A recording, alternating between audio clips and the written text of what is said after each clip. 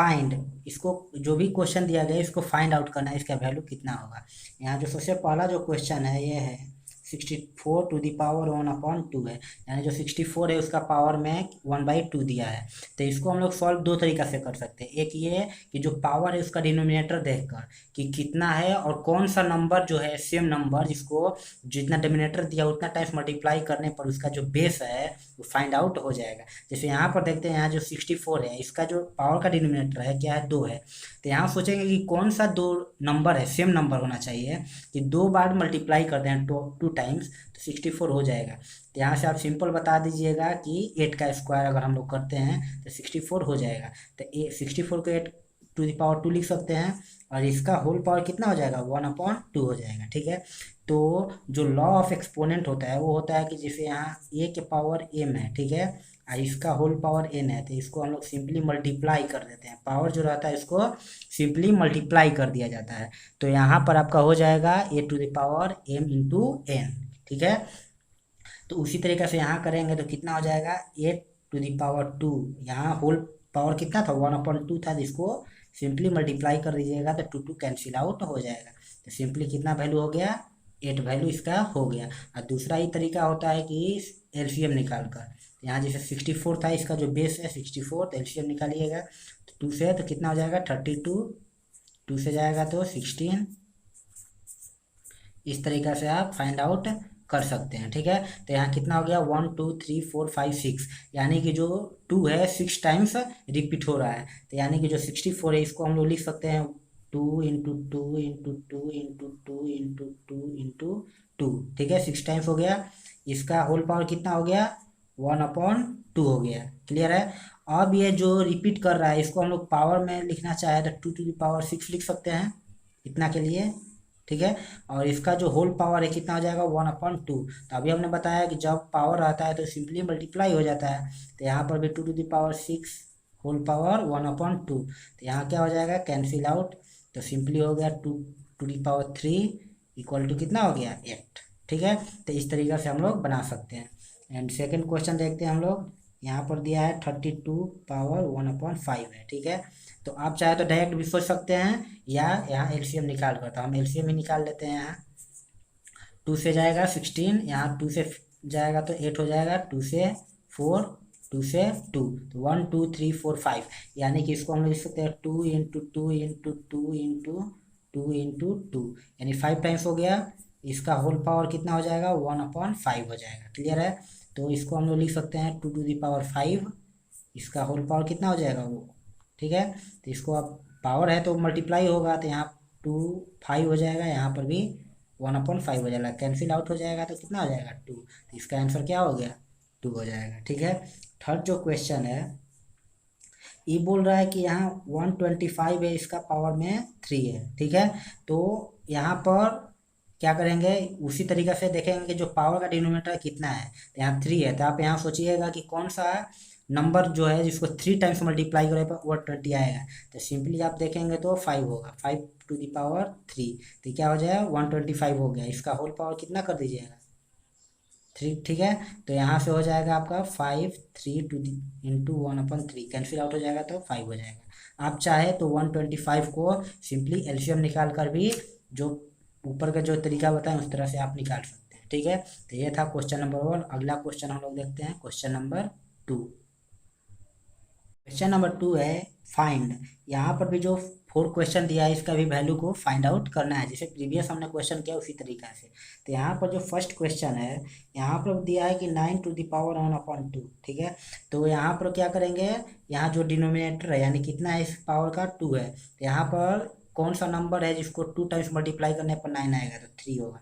तो सिंपली इसको हम लोग लिख सकते हैं 3 to the power 2 whole power कितना हो जाएगा 2। तो इसको सॉल्व करिएगा तो 1/2 हो जाएगा। ठीक है, तो यहाँ से ही कैंसिल आउट हो जाएगा, तो वो इसका वैल्यू 3 हो जाएगा। ठीक है, अब जो सेकेंड क्वेश्चन है 32, यानी कि जो सेकेंड क्वेश्चन है 32 टू द पावर 2/4 है। ठीक है, इसका जो होल पावर है, तो इसको हम लोग देखेंगे कि बेस कितना है 5 है। ठीक है, तो जो बेस 5 है तो कौन सा नंबर है सेम नंबर इसको 5 टाइम्स मल्टीप्लाई करने पर 32 आएगा। तो वो हो जाएगा, हम लोग जैसे प्रीवियस क्वेश्चन में देखा था कि 2 to the power 5, ठीक है। तो इसको देखना है 2 into 2 into 2 into 2 into 2, जैसे यहाँ 2 2 जा 4, 2 जा 8, 8 2 जा 16, 16 2 जा 32, ठीक है। तो ये हो जाएगा, इसका होल पावर कितना हो जाएगा, ठीक। तो यहाँ हो जाएगा, ये मल्टीप्लाई कर देंगे तो 5 into 2 to the power 5 cancel out हो जाएगा। तो बच गया कितना, 2 to the power 2 equal to 4, ठीक है। थर्ड क्वेश्चन देखते हैं। थर्ड क्वेश्चन में बोल रहा है कि 16 to the power 3/4, ठीक है। जो 16 है उसका पावर में है 3/4 है, ठीक। तो इसको हम लोग कितना कर सकते हैं, इसको हम ये भी क्वेश्चन प्रीवियस देखा है हमने। तो यहाँ हो जाएगा 2 to the power 4, क्लियर है। यहाँ जैसे इसको अगर हम लोग ढक लेते हैं तो कितना हो गया 4, तो यानी 2 2 जा 4, 2 जा 8, 2 जा 16, तो 2 to the power 4 हो जाएगा। तो यहाँ इसका होल पावर कितना हो गया 4। इसको भी सॉल्व आप करिएगा तो सिंपली उसी तरीका से कैंसिल आउट हो जाएगा। यहाँ बच गया 2 to the power 3, तो कितना हो जाएगा 2 to the power 3 कितना होगा 8, ठीक है ना। अब यहाँ पर हो जाएगा 4 है यहाँ पर -1/3 है, ठीक है। तो माइनस में है, तो माइनस में रहता है तो क्या करते हैं, अगर कोई भी नंबर जिसका पावर माइनस में रहे, ठीक है, नेगेटिव रहे, मान लीजिए कि ए है, इसका पावर में -1 है, ठीक है। तो इसको क्या किया जाता है कि जो पावर निगेटिव है इसको पॉजिटिव में चेंज करते हैं। तो पॉजिटिव में चेंज करने के लिए सिंपल ये किया जाता है कि जो बेस रहता है उसको रिवर्स यानी इंटरचेंज कर देते हैं, यानी कि जो नीचे में रहता है, यानी वो 1 है तो इसके बाई में क्या है 1 है, तो यानी कि 1/a इसका होल पावर 1 हो जाएगा सिंपली, ठीक है। तो इस तरीके से इसको भी चेंज कर लेंगे हम लोग। तो यहाँ करेंगे तो कितना हो जाएगा 1/125, ठीक है। तो इसका कितना हो जाएगा 3, क्लियर। तो यहाँ हो गया। तो अब यहाँ पर हम लोग को सोचना है कि 125 को, यहाँ पर बेस तो 3 है, तो कौन सा नंबर 3 टाइम्स मल्टीप्लाई करने पर 125 आएगा। यहाँ पर जैसे 1 है तो 1 का तो वैल्यू 1 ही रहता है, ठीक है। स्क्वायर करे, अंडर रूट करे, क्यूब रूट निकाले, कोई भी निकाले तो 1 ही रहेगा। तो यहाँ पर तो हो जाएगा 1, लेकिन यहाँ पर कितना हो जाएगा 5 to the power 3 हो जाएगा, ठीक। तो यहाँ पर 1/3 तो था, तो इसका होल पावर क्या करेंगे 1/3 करेंगे, तो इसका वैल्यू हो जाएगा 5 into 1/3, तो 3 क्या हो जाएगा कैंसिल आउट। तो इसका फाइनली आंसर कितना हो गया 5 हो गया, ठीक है। तो ये था क्वेश्चन नंबर 2। नेक्स्ट क्वेश्चन देखते हैं, क्वेश्चन नंबर 3। सिंप्लीफाई, इसको सिंप्लीफाई करना है, जो भी 4 क्वेश्चन है इसको सिंप्लीफाई करना है।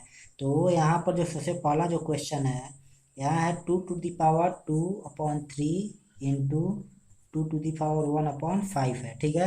तो जो इस टाइप का क्वेश्चन होता है इसमें भी जो लॉ ऑफ एक्सपोनेंट होता है वो लगता है। जैसे यहाँ पर a to the power m into a to the power n है, तो अगर कोई भी जो पावर है जिसके ऊपर में पावर है, यानी कि जो बेस है अगर सेम है और मल्टीप्लाई हो रहा है तो उसका जो पावर होता है सिंपली ऐड हो जाता है। तो यहाँ हो जाएगा m+n हो जाएगा, ठीक है। तो यहाँ पर भी वही है, ठीक है। तो यहाँ हम लोग लिख लेंगे ये जो सेम बेस है तो पावर क्या हो जाएगा सिंपली ऐड हो जाएगा। तो इसका में होल पावर हो जाएगा 2/3 + 1/5, ठीक है। इसको अब ये जो हो गया सिंपली फ्रैक्शनल ऐड हो गया, तो इसको इसका एलसीएम निकालेंगे, ठीक है। तो इसका एलसीएम आप निकालिएगा तो कितना हो जाएगा 15 हो जाएगा, ठीक। ये हो जाएगा 3 5 जा 15, तो 5 2 जा 10 प्लस यहाँ 3 हो जाएगा 13, ठीक है। इसको आप कितना लिख सकते हैं 2 to the power 13/15, ठीक है। इस तरीक़ा से इसको लिख लेंगे, ठीक। सेकंड क्वेश्चन देखते हैं। 1/3 to the power 3 whole power कितना है 3 है, ठीक है। यहाँ होल पावर 7 है, ठीक। तो इसको सॉल्व करिएगा तो कितना हो जाएगा, यहाँ पर होल पावर यानी 7, अगर इसको अलग अलग हम लोग भी लिख सकते हैं, जैसे 1/ इसका पावर में कितना हो जाएगा 7 हो जाएगा, अब बटा में 3 के पावर में 3 है, ठीक है। 3 के पावर 3, तो होल पावर कितना हो जाएगा 7 हो जाएगा। तो यहाँ 1 हो जाएगा अपॉन इसको, जब यहाँ प्रीवियस हमने क्वेश्चन देखा तो जो पावर था क्या हो जाएगा सिंपली मल्टीप्लाई हो जाएगा। तो यहाँ पर हम लोग लिख सकते हैं 3 to the power 21, ठीक है।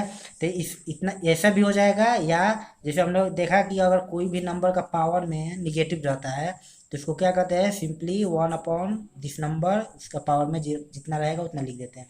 तो इसी तरीके से इसको भी अगर ऊपर लिखना चाहें तो 3⁻⁻21 ये भी हो जाएगा या इतना भी हो जाएगा। ठीक है, ये दोनों तरीके से आंसर हो सकता है, कोई भी है। थर्ड क्वेश्चन देखते हैं। जो थर्ड क्वेश्चन है वो है 11⁻1/2 11⁻1/4 है। ठीक है, इसको क्या करते हैं, अगर a⁻m है और a⁻n है तो ये क्या होता है कि जब बेस सेम रहता है और डिवाइड में रहता है तो क्या करते हैं कि जो उसका पावर रहता है सिंपली माइनस हो जाता है, तो a⁻n-m हो जाएगा। ठीक है, इसका सिंपली क्या हो जाएगा, m-n। तो उसी तरीके से यहाँ पर क्या है, दोनों का बेस सेम है, पावर क्या है इसका डिवाइड में है तो क्या करेंगे, पावर को सब्ट्रैक्ट कर देंगे। तो यहाँ पर हो जाएगा आपका 11⁻1/2 -1/4 हो जाएगा। ठीक है, तो इसका करिएगा तो इसका एलसीएम कितना हो जाएगा, 4, यहाँ हो जाएगा 2 - 1, तो फाइनली कितना हो गया, 11⁻1/4। ठीक है, ये हो गया थर्ड क्वेश्चन।